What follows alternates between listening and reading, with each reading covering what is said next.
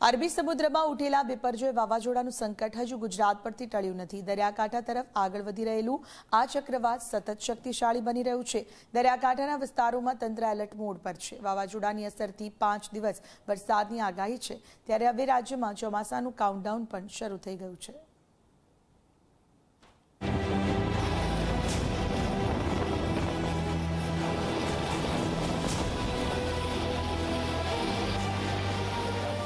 गुजरात माटे चौमासु हवे दूर नथी। जो कि ते पहला वावाझोडाना बावड़े समग्र दरियाकांठाने बांधमां लीधुं छे। अरबी समुद्रमां सर्जायेलुं बिपरजोय वावाझोडुं पोरबंदरना दरियाकांठा तरफ आगळ वधी रह्युं छे। वावाझोडानी असर दरियामां पण वर्ताई रही छे। दरियामां वावाझोडानी गति 6 किलोमीटर प्रति कलाकनी छे। जो कि आ चक्रवात हवे वेरी सिवियर साइक्लोनिक स्टॉर्ममां परिवर्तित थई गयुं छे। दरियामां बिपरजोय वावाझोडानो घेरावो 500 किलोमीटरमां छे, ज्यारे वावाझोडानी आंख एटले के केन्द्रनो घेरावो 50 किलोमीटरनो छे। आ वावाझोडुं दरियाकांठे टकरावाथी 10 થી 14મી जून सुधी दरियाकांठे भारे पवन फूंकाई शके छे, जेने जोता 10મી जूने सौराष्ट्र अने कच्छनो दरियाकांठो तोफानी बनी शके छे। पवननी गति 35 થી 55 किलोमीटर प्रति कलाकनी होई शके छे, जेने जोता राज्यना तमाम बंदरों पर 2 नंबरना सिग्नल लगावी देवाया छे। 15મી जून सुधी माछीमारोने दरियामां न जवा सूचना अपाई छे। लैंड में भी हमारा जो विंड स्पीड काफ़ी स्ट्रांग हो रहा है कोस्ट में, और हमारा लैंड में भी 30 to 40 किलोमीटर पर आवर हो सकता है। और थंडरस्टॉर्म एक्टिविटी का टाइम में दौरान में जिससे कभी कभी गस्ट होके 50 किलोमीटर भी जा सकता है। वावाझोडानी असरने जोता राज्यमां ચોમાસાની સત્તાવાર શરૂઆત પહેલા જ 5 દિવસ વરસાદની આગાહી છે। શનિવારથી દક્ષિણ ગુજરાત અને સૌરાષ્ટ્ર અને કચ્છમાં ગાજવીજ સાથે વરસાદ પડશે। ઉત્તર ગુજરાતમાં પણ વરસાદની આગાહી છે। 2 દિવસ આ વિસ્તારોમાં 35 થી 45 કિલોમીટર પ્રતિ કલાકની ઝડપે પવન ફૂંકાશે, જ્યારે 5મા દિવસે પવનની ગતિ વધીને 70 કિલોમીટર પ્રતિ કલાક સુધી પહોંચશે।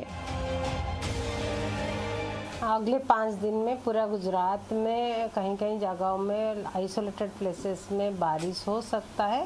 यानी अगले 24 आवर्स में आइसोलेटेड प्लेसेस में बारिश हो सकता है। South Gujarat region, even Saurashtra, coastal Saurashtra Kutch में हो सकता है। और कल से साउथ गुजरात रीजन में कुछ डिस्ट्रिक्ट्स में रेन हो सकता है, स्कैटर्ड प्लेसेस में।